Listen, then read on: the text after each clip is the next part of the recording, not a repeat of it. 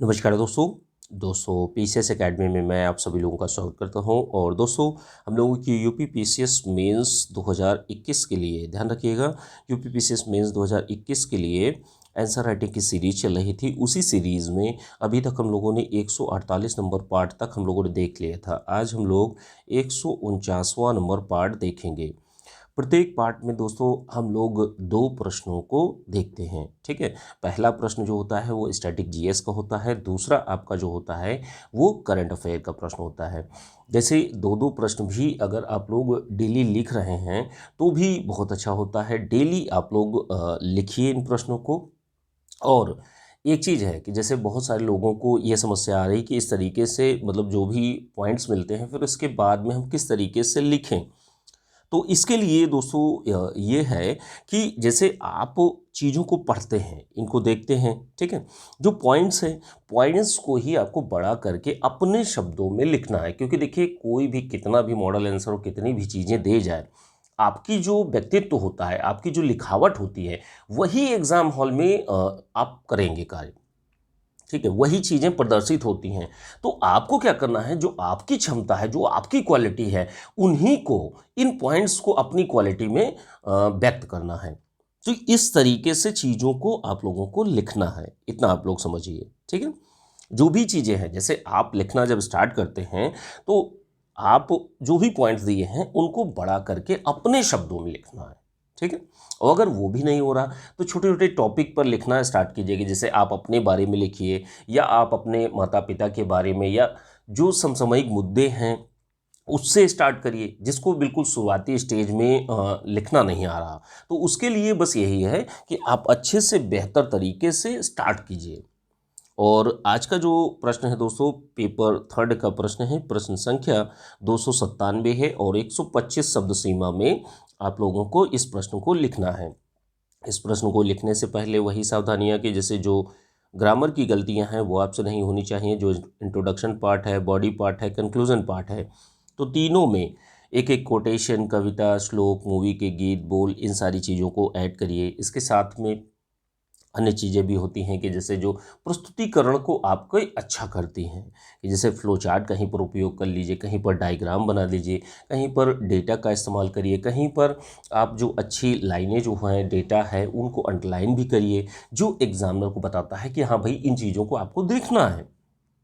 तो इस तरीके से बेहतर ढंग से आप लोग लिखना स्टार्ट कीजिए। अब देखिए, मुख्य परीक्षा में लगभग 220 दिन बचे हुए हैं। अब आप लोग देख रहे होंगे 100 दिन, 99 दिन लगभग जो है प्रारंभिक परीक्षा में बचे हुए हैं। अब इसी में जो लोग भी 2021 में नौकरी लेना चाहते हैं यूपी पीसीएस की, तो आपको अभी से लगना पड़ेगा। क्योंकि देखिए, सभी की लाइफ में यही दिन है। जो लोग तैयारी कर रहे हैं और जो लोग बहुत ही बेहतर ढंग से जुटे हुए हैं, जो लोग कई कई बार मेंस दे चुके हैं, उनके लिए भी यही है कि आप ढिलाई मत बरतिए। आज से ही आप अपने 1 घंटा लिखने के लिए दीजिए। बाकी समय जो है वो आप प्रारंभिक परीक्षा को दे दीजिए। और बाकी जिस समय पीटी हो जाए उसके बाद से आप डेली अच्छे से 10-12 प्रश्न, 15 प्रश्न, जितना लिख सकते हैं उतना आप लिखिए। और एक चीज़ और कर सकते हैं कि जैसे डेली आप 1 घंटे में 2 प्रश्नों को लिखते हैं, तो 1 घंटे में 2 प्रश्नों को लिखने के बाद हफ्ते में जैसे जो भी आपका मंडे टू सैटरडे आपने लिखा, तो उन्हीं प्रश्नों का दोबारा रिवीजन करिए जाके संडे को। यह आपके लिए बहुत ही ज़्यादा बेहतर रहेगा। तो ये जो चीज़ें बताई जा रही हैं, क्योंकि देखिए, बिना लिखे आपका मेंस क्लियर नहीं होने वाला। मेंस क्लियर तभी होगा जब आप अच्छे से लिखना स्टार्ट करेंगे, आपकी कलम चलेगी। आज से नहीं स्टार्ट करेंगे, पीटी के बाद करेंगे। लेकिन जो लोग इन 99 दिनों में, अभी जो 100 दिन बचे हुए हैं प्रारंभिक परीक्षा में, इसमें अगर आप लोग बढ़त ले सकते हैं, आप अपनी चीज़ों को बेहतर कर सकते हैं। दूसरे करेंगे उससे आपका फ़ायदा नहीं होगा, जब आप करेंगे तभी आपका फ़ायदा होगा। और यही प्रक्रिया आपको एग्ज़ाम हॉल में भी करनी होती है। तो आप लोग बेहतर ढंग से आज से ही आप लोग लिखना स्टार्ट कर दीजिए। क्योंकि देखिए, एक एक दिन पूरी लाइफ में आपके निकलता चला जा रहा है। आज का दिन आपकी पूरी लाइफ में वापस नहीं आने वाला है। और 2021 में जिसको नौकरी नहीं मिली तो साल 2 साल के लिए फिर भूल जाइए। क्योंकि फरवरी या मार्च में 2022 में चुनाव है। तो यही दिन बचे हैं आपके पास में। अब इनको क्या करना है, इनके साथ में आप क्या करते हैं, ये आपको डिसाइड करना है। आपको अपने टाइम को बर्बाद करना है तो बिल्कुल बर्बाद कीजिए, और नहीं तो मैं डेली आप लोगों को प्रेरित करता हूं कि आप कम से कम आज से लिखना स्टार्ट कीजिए।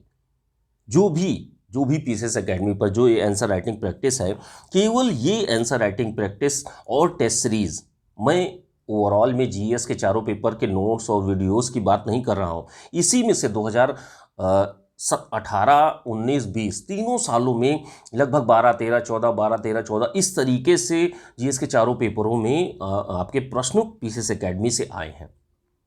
तो आप सोच कर देखिए कि आप उस स्थिति में बहुत अच्छी स्टेज पे होंगे जिस समय आपको 10-12 प्रश्न प्रैक्टिस किए हुए आ जाएं, और बाकी चीज़ें आप पढ़ ही रहे हैं, सब बाकी चीज़ों की भी प्रैक्टिस कर रहे हैं, तो वो चीज़ें आपकी बेहतर ढंग से हो जाएंगी।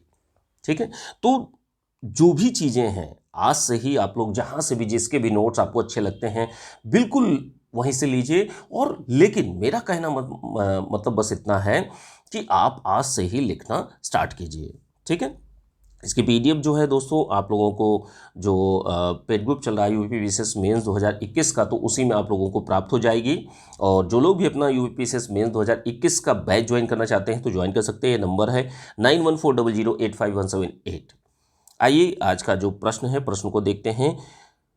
प्रश्न क्या है, आतंकवाद की महाविपत्ति, इसी टाइप का प्रश्न आपका मुख्य परीक्षा 2019 में भी पूछा गया था। ठीक है, तो इन चीज़ों को समझिए, अच्छे से चीज़ों को करने का प्रयास करिए।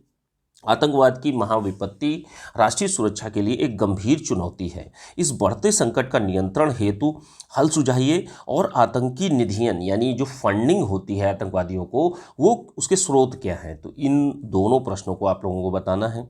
ठीक है, अब देखिए आतंकवाद जो है, टेररिज्म जो है, वो किसी भी राष्ट्र के लिए बहुत खतरा है, बहुत बड़ा खतरा है। अगर हम भारत के संदर्भों में अगर बात करते हैं तो भारत के लिए ये बहुत ही ज़्यादा खतरनाक है, बहुत बड़ा खतरा है, क्योंकि भारत देखिए विश्व में दूसरे नंबर की जनसंख्या हमारे यहाँ निवास करती है और एक लोकतांत्रिक देश है। तो यहाँ पर जो आतंकवाद है ये बहुत बड़ा खतरा दिखाई पड़ता है, और चीज़ें भी लोग क्रियान्वित करते हैं। जो आतंकवादी संगठन है, जो देश है हमारा, ठीक है, यहाँ पर बाह्य और आंतरिक सीमा में जन विनाशी गतिविधियों को, लोगों को विनाश करने के, लोगों को मारने, और जो आतंकवादी जो होते हैं, ठीक है, टेररिस्ट ग्रुप जो होते हैं, तो वो लोग इन सारी गतिविधियों को संचालित करते हैं। तो यह जो है बहुत ही खतरनाक स्थिति होती है किसी भी राष्ट्र के लिए। मानव तस्करी, ध्यान रखिएगा, इनकी जो चीज़ें हैं, जो कार्य हैं, जो कार्य प्रणाली है, उसमें मानव तस्करी हो गई, ड्रग की ट्रैफिकिंग हो गई, मनी लॉन्ड्रिंग हो गई, हवाला हो गया, ये सारी के सारी गतिविधियों के माध्यम से देश को अस्थिर करने का प्रयास करते हैं। अब मुख्य प्रश्न आपसे क्या पूछा गया था, आतंकवाद से जो नियंत्रण है किस तरीके से लगाया जाएगा, या आतंकवाद से निपटने के उपाय आपको बताने हैं। तो सबसे पहला काम ये देखिए, हमारा देश जो है एक लोकतांत्रिक देश है, हमारा खुद का संविधान है। अब संविधान में ध्यान रखिएगा, जो कानून हैं, कोई भी आतंकवादी कानून है, उनका क्रियान्वयन अच्छे से होना चाहिए। नए कठोर कानूनों को बनाया जाना चाहिए, आतंक निरोधी कानूनों को बनाने की आवश्यकता है, और जो है कानून उनको कड़ाई से पालन किया जाना चाहिए, उनका क्रियान्वयन जो है बहुत कड़ाई से होना चाहिए। और क्या है कि जैसे मान लीजिए हमारी देश की सीमा है, अब सीमा पर हमें बहुत ही जो सीमा सुरक्षा है उस पर विशेष ध्यान देने की ज़रूरत है, क्योंकि देखिए आतंकवादी क्या हैं, अन्य देशों से घुसकर भारत में आते हैं, ठीक है, घुसपैठ करके भारत में आते हैं और भारत में इन गतिविधियों को संचालित करते हैं। तो यहाँ पर जो सीमा सुरक्षा है उस पर सरकार को बहुत ही ज़्यादा ध्यान देने की ज़रूरत है। और क्या है कि आतंकवादी गतिविधियों को फैलाने के लिए, जैसे मान लीजिए कोई भी अदर कंट्रीज़ में बैठा हुआ आतंकवादी संगठन है, जो व्यक्ति हैं, वो लोग भारत देश में लोगों से कनेक्ट कैसे होते हैं, इंटरनेट के माध्यम से, वेबसाइट्स के माध्यम से, ब्लॉग के माध्यम से, जो मेनली इंटरनेट कहा जाता है, उसी के माध्यम से, जितने भी सोशल साइट्स हैं, इनके माध्यम से गुप्त रूप से ये लोग संदेशों का आदान प्रदान करते हैं। तो यहाँ पर इंटरनेट पर निगरानी सरकार को बहुत कड़ाई से रखनी होगी, इसके रेगुलेशन को भी देखना होगा, इसको एक रेगुलेटरी बॉडी बनानी होगी, इस पर कानून बनाने होंगे कि कोई भी अवैध गतिविधियों में संलिप्त होता है, आतंकवादी गतिविधियों में संलिप्त होता है, तो उसको कड़ी से कड़ी सजा मिलनी चाहिए। और क्या है कि आतंकवाद से निपटने के लिए, ध्यान रखिए, आतंकवाद से निपटने के लिए पुलिस और अर्धसैनिक बलों को पर्याप्त प्रशिक्षण समय समय पर मिलना चाहिए। अब ऐसा नहीं है कि जो हमारी पुलिस व्यवस्था है, जो अर्धसैनिक बल हैं, वो भाई अंग्रेजों के ज़माने के चले आ रहे हैं, तो हमें इनमें जो नियम कानून हैं उनमें भी परिवर्तन करना होगा। जो प्रशिक्षण है, जो प्रशिक्षण की प्रक्रिया है, उसको भी बदलना होगा। तो इन सारी चीज़ों पर सरकार को ध्यान देना होगा। और क्या है कि भाई देश की आबादी भाई 1 अरब लगभग 30 करोड़ 35 करोड़ है, ठीक है। अब यहाँ पर लोगों का शिक्षा, मतलब शिक्षा जो है भाई, जो एजुकेशन है, हमारे यहाँ पीपल एजुकेट होनी चाहिए, शिक्षित होनी चाहिए। तो शिक्षा की गुणवत्ता को बेहतर किया जाना चाहिए, जिससे सभी लोग शिक्षित हो सके और जो आतंकवादी संगठन हैं वो इनको भ्रमित न कर सके, इनको गुमराह न कर सके, उनको अपने संगठन में जोड़ न सकें। तो ये कार्य आतंकवाद से निपटने के लिए सरकार को, गवर्नमेंट को करने पड़ेंगे। एक अन्य चीज़ भी करनी पड़ेगी, जैसे जो एकल नागरिक पहचान संख्या जो होती है, जिसको हमारे यहाँ क्रियान्वित भी किया गया है, आधार संख्या, ठीक है। तो इसका डेटा भी सुरक्षित रखना होगा, प्लस सभी व्यक्तियों की पहचान सुनिश्चित करनी होगी। कोई भी अवैध व्यक्ति आता है तो उसको सीधे जेल में डाला जाना चाहिए और उसको कड़ी से कड़ी सज़ा मिलनी चाहिए। अब देखिए, आपने 2 पॉइंट्स तो आपने बता दिए। तीसरा पॉइंट जो आपसे पूछा गया है, आतंकी निधियन के स्रोत कौन कौन से हैं। तो जो 2 आतंकवादी संगठन जो होते हैं, चरमपंथी संगठन जो होते हैं, तो इनको फंडिंग कहाँ से होती, पैसा कहाँ से मिलता है, इसके आपको सोर्सेज बताने हैं, ठीक है।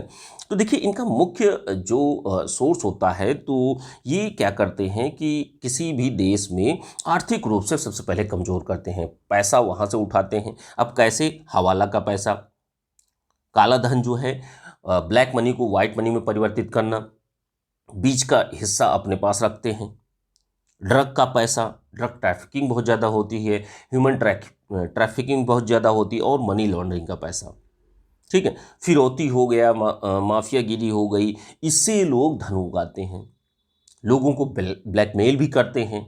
और क्या है, चरमपंथी संगठन भी अपने, जैसे कहते हैं ना कि छोटी छोटी ब्रांचेस टाइप में खोले होते हैं, या छोटे छोटे समुदाय में भी ये लोग अपना अड्डा बनाए बैठे होते हैं। तो इनको जो मुख्य संगठन होता है उससे भी पैसा आता है, संगठन से भी। जो मेन संगठन है, जैसे मान लीजिए ISIS हो गया, हिजबुल्ला हो गया, तो मतलब अलग अलग आतंकवादी संगठन जो हैं वो अपने एक छोटे छोटे संगठनों को पैसा आतंकवादी गतिविधियों को क्रियान्वित करने के लिए फंडिंग करते हैं। अगली चीज़ क्या है कि जैसे हमारे ही देश के लोग, बहुत सारे ऐसे लोग हैं कि बहुत बार वो लोग डोनेट करते हैं, उनको ये भी नहीं पता होता कि ये संगठन कौन सा है, ठीक है भाई। पर्दे के आगे कुछ और चीज़ें चल रही होंगी, लेकिन पर्दे के पीछे कुछ और ही चल रहा होता है। तो ऐसे में क्या है, कुछ कंपनियां, कुछ लोग आतंकवादी संगठनों को, व्यक्तियों को पैसा भी उपलब्ध कराते हैं। तो ये भी चीज़ें होती हैं, ठीक है। और काला धन जो होता है उसको ब्लैक मनी को वाइट मनी में परिवर्तित करने पे भी इनका फंड, मतलब पैसा इनको मिलता है। तो ये स्रोत हैं जो आतंकवादी संगठन जो होते हैं वो किस तरीके से फंड जुटाते हैं, ठीक है। तो देखिए, यह जो प्रश्न था, यह प्रश्न सदाबहारी प्रश्न है, हमेशा पूछे जाते हैं। इस बार 2020 के मेंस मुख्य परीक्षा में भी पूछा गया है। तो ये ऐसे मुद्दे होते हैं जिन पर अलग अलग एंगल से मैं आप लोगों को प्रश्न बनाकर देने का प्रयास करता हूं कि जिससे आपको लाइन टू लाइन प्रश्न मिलने की संभावनाएं बढ़ जाए। मैं ये गारंटी नहीं लेता कि भाई फंसेंगे ही या आएंगे ही, लेकिन हाँ, इतना पता है कि 3 सालों से 2018, 19, 20 3 सालों से अच्छी खासी मात्रा में प्रश्न आए हैं। मिनिमम 12 से प्रश्न ऊपर ही आपको मिलेंगे, ठीक है। तो ये इस तरीके से चीज़ों को आप करने का प्रयास करिए। आइए दूसरे प्रश्न में चलते हैं। दूसरा प्रश्न जो है दोस्तों, आपका करंट अफेयर का प्रश्न है। ध्यान रखिए, करंट अफेयर का प्रश्न है। प्रश्न संख्या 298 है और 125 शब्द सीमा में इस प्रश्न को आप लोगों को लिखना है। लिखने से पहले वही सावधानी है कि जैसे जो ग्रामर की गलतियां हैं वो आपसे नहीं होनी चाहिए, जो इंट्रोडक्शन पार्ट है, बॉडी पार्ट है, कंक्लूजन पार्ट है, तो तीनों में एक एक कोटेशन, कविता, श्लोक, मूवी के गीत, बोल, इन सारी चीज़ों को ऐड करिए और अच्छे से बेहतर ढंग से इस प्रश्न को लिखने का प्रयास करिए। इसके साथ में अपना प्रस्तुतिकरण जो है, जो शब्द रचना है, वाक्य रचना है, इन सारी चीज़ों को बेहतर रखिए और जो आप डेटा है, डायग्राम है, फ्लो चार्ट है, इन सारी चीज़ों का भी प्रयोग करिए और देखिए आप प्रयोग करने के बाद अब अपने ही उत्तर को देखेंगे तब आपको पता लगेगा कि हाँ भाई क्या कितना अच्छा लग रहा है। ठीक है, तो ये प्रस्तुतिकरण भी, सुंदरीकरण भी करना बहुत ही ज़्यादा ज़रूरी होता है। ठीक है, तो इन सारी चीज़ों को ध्यान में रखते हुए अच्छे से इस प्रश्न को आप लोग लिखने का प्रयास करिए। करंट अफेयर का प्रश्न है, प्रश्न संख्या जो है आपका 298 है, 125 शब्दों सीमा में आप लोगों को लिखना है। प्रश्न क्या है, प्रश्न को देखते हैं। सरकार द्वारा भारतीय अर्थव्यवस्था को 5 ट्रिलियन इकोनॉमी बनाने का लक्ष्य रखा गया है, इसके मार्ग में आने वाली चुनौतियों की चर्चा कीजिए। तो अब देखिए पूछा क्या है, आपसे चुनौतियां पूछी हैं कि भाई 5 ट्रिलियन इकोनॉमी हमारी बनने जा रही है 2024 में, तो इसके समक्ष कौन कौन सी बाधाएं हैं, मेन प्रश्न ये है। ठीक है, सबसे पहले तो आपको स्थिति बतानी है, क्या क्या किस तरीके से घोषणाएं करी गई हैं कि जैसे देखिए भारत सरकार ने घोषणा करी है कि भाई 2024 तक हमारी जो अर्थव्यवस्था है वो 5 ट्रिलियन की हो जाएगी, 5 ट्रिलियन की हो जाएगी। लेकिन देखिए इधर 2020 में लॉकडाउन लगा और लॉकडाउन के कारण जो हमारी अर्थव्यवस्था है वो बहुत ज़्यादा गर्त में चली गई। -23.9% GDP हो गई थी, माइनस में, जीरो भी नहीं है, माइनस में 23.9। अभी इस समय तो थोड़ा सा सुधार हुआ है, लेकिन जो 5 ट्रिलियन इकोनॉमी का जो एक बनाने का जो लक्ष्य रखा गया है, तो उसमें काफ़ी कुछ पॉजिटिव पॉइंट्स भी आए थे एक समय पर कि जैसे 2019 में भारत ने क्या किया था कि फ्रांस और ब्रिटेन को पछाड़कर विश्व में पाँचवीं सबसे बड़ी अर्थव्यवस्था बन गया था। और भारत सरकार ने इसके लिए कार्य भी कर रहे हैं कि अगले 5 वर्षों में 102 लाख करोड़ की परियोजनाओं का लक्ष्य जारी किया है कि भाई इतना इतना ये चीज़ें क्रियान्वित की जाएंगी। लेकिन 2000 अगर आपको 5 ट्रिलियन की इकोनॉमी अर्थव्यवस्था बनानी है अपने देश की, तो इसके लिए आपको क्या है 2024 तक कंटिन्यूसली आपकी जो इकोनॉमिक ग्रोथ है, जीडीपी की ग्रोथ है, वो 8 से 9% होनी चाहिए, इससे नीचे नहीं होनी चाहिए। तो ये पूरा का पूरा स्थिति है भारत की, और भारत ने जो लक्ष्य रखे हैं उसके समक्ष कौन कौन सी बाधाएं हैं, चुनौतियां हैं। अब चुनौतियों को अब हम लोग एक एक करके देखना स्टार्ट करते हैं। अब देखिए चुनौतियां, सबसे पहला पॉइंट यही है कि भाई चुनौती यही है कि जो हमारे यहाँ बैंकों का एनपीए है उसके बढ़ने की संभावना है। अभी भी एनपीए बढ़ा हुआ है, अभी भी कम नहीं है, लेकिन अब और बढ़ने की संभावनाएं हैं। क्यों बढ़ने की संभावनाएं हैं? क्योंकि भाई देखिए बैंक लोन दे ही रहा है, अभी भी आत्मनिर्भर अभियान के तहत भी लोन ही दिया गया था। अब ये लोन अगर रिकवर नहीं होता तो इसका काउंटिंग जो है वो आपके एनपीए में होने लगेगी जाके। तो ओवरऑल में कहें तो एनपीए पूरी संभावनाएं हैं कि बढ़ेगा। और क्या है, हमारे यहाँ टेलीकॉम सेक्टर का हाल देख ही रहे हैं। अन्य देशों में क्या है, 5G सेवाएं शुरू हो गई, हमारे यहाँ अभी मेनली कुछ सिटीज़ में ही शुरू की गई हैं। तो ऐसी चीज़ें भाई, जो भी इंफ्रास्ट्रक्चर है हमारे यहाँ और संरचना है उसके अनुसार ये चीज़ें अभी फिट नहीं हो रही हैं। तो ये भी एक बहुत बड़ी समस्या है। जो अवसंरचना का विकास है वो 5G के अनुकूल, और जो टेलीकॉम सेक्टर है उसको बेहतर ढंग से आगे बढ़ने के लिए प्रेरित करना। ऊर्जा, अब जैसे देखिए टेलीकॉम सेक्टर की ही बात करें तो इस समय मार्केट में आप लोग देख रहे होंगे कि मोनोपोली टाइप में होती जा रही है कि अन्य कंपनियां जैसे एयरटेल है, वोडा है, आइडिया है, बीएसएनएल है। बीएसएनएल तो पूरी तरीके से बिक चुकी है। तो अब आप सोच कर देखिए कि मोनोपोली बस केवल एक की रह गई है, जियो की। पहले स्टार्टिंग में इसने फ्री दिया, आपकी आदत लग गई, लत लगाई, फिर उसके बाद इसने पैसा बढ़ाना चालू किया। और मोनोपोली इस तरीके से कि अन्य कंपनियों, आप लोगों ने कभी गौर किया है कि कभी भी हो, जैसे कोरोना वायरस या अन्य चीज़ों का जो प्रचार प्रसार जब आप कॉल लगाते हैं तो अन्य कंपनियों में आएगा, लेकिन जियो में नहीं आता है। आप गौर कीजिएगा, जियो में बिल्कुल तुरंत आपकी कॉल लग जाएगी, लेकिन यहाँ पर अन्य कंपनियों की कॉलों में आपको 1 मिनट तक आपको ऐड सुनाई देता है, अमिताभ बच्चन जी का। तो ये कुछ ऐसी चीज़ें हैं कि जाई भाई कहीं न कहीं पीछे किया जा रहा है। एक व्यक्ति की, एक संगठन की, एक कंपनी की मोनोपोली होती जा रही है। ठीक है? तो ये भी एक बहुत बड़ी चुनौती है हमारे देश के लिए। ऊर्जा क्षेत्र में मुश्किल दौर से हमारे यहाँ गुज़र ही रहा है। ऊर्जा क्षेत्र में अभी अच्छे तरीके से उत्पादन नहीं हो पा रहा है, तो ये भी एक बहुत बड़ी समस्या है। और वर्तमान में अगर हम जीडीपी की बात करें तो वर्तमान में जीडीपी अभी कुछ दिनों पहले ही जीडीपी लगभग -23.9% की गिरावट देखी गई थी। माइनस में 23 ध्यान रखिएगा, माइनस में 23.9% थी। तो आप 5 ट्रिलियन इकोनॉमी का अगर सपना देख रहे हैं तो उसके अनुसार स्थितियां और ज़्यादा बिगड़ रही हैं। ठीक है, क्योंकि जो वैश्विक परिस्थितियां आई, महामारी आई, भाई उसकी वजह से चीज़ें गई। नहीं तो हमारा देश, हमारी सरकार 5 ट्रिलियन इकोनॉमी को प्राप्त करने के लिए, अचीव करने के लिए लक्ष्य बनाया था। लेकिन अब ये चीज़ें पूरी होती प्रतीत नहीं हो रही हैं। और क्या है कि भारत में देखिए बहुत सारे आंतरिक सुरक्षा के जो मुद्दे हैं, जैसे ब्लैक मनी को वाइट मनी में परिवर्तित करना, जो हवाला का पैसा होता है, ड्रग ट्रैफिकिंग का हो गया, तो इन सारी चीज़ों की ट्रैकिंग करना सरकार का मुश्किल होता है। तो ये भी कहीं न कहीं अगर इसका योगदान अगर हमारी अर्थव्यवस्था में हो तो भाई हमारी अर्थव्यवस्था तो बड़ी होगी ना, लेकिन इन चीज़ों का ये गुप्त रूप से चीज़ें क्रियान्वित होती हैं तो इनका पता नहीं चलता है। ठीक है। और हमारे यहाँ लॉकडाउन का प्रभाव जो रहा है कि जैसे जो उत्पादन की जो दर है वो बहुत ज़्यादा कम है। हमारे यहाँ जितने भी घरेलू उद्योग हैं वो बहुत ही ज़्यादा दिक्कत में आ गए। इसीलिए आत्मनिर्भर अभियान के तहत छोटे और लघु उद्योगों को पैसा भी, जो लोन है वो बाँटा गया था। तो और क्या है कि जो लोगों की आय है वो अभी अच्छी तरीके से नहीं हो पा रही है, हो भी रही है तो थोड़ा बहुत हो जा रही है, जिससे उनका जीवन यापन चल रहा है। लॉकडाउन के प्रभाव के कारण बहुत सारे श्रमिक शहरों से गांव की तरफ पलायन भी किए।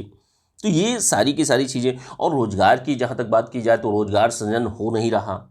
सरकार वादा करती है 2 करोड़ नौकरियां हम अब देंगे, लेकिन 2 करोड़ नौकरियां कहीं नहीं दिखाई देती। तो ये बहुत सारी चीज़ें हैं जो आपको 5 ट्रिलियन इकोनॉमी कैसे बनाने देंगी।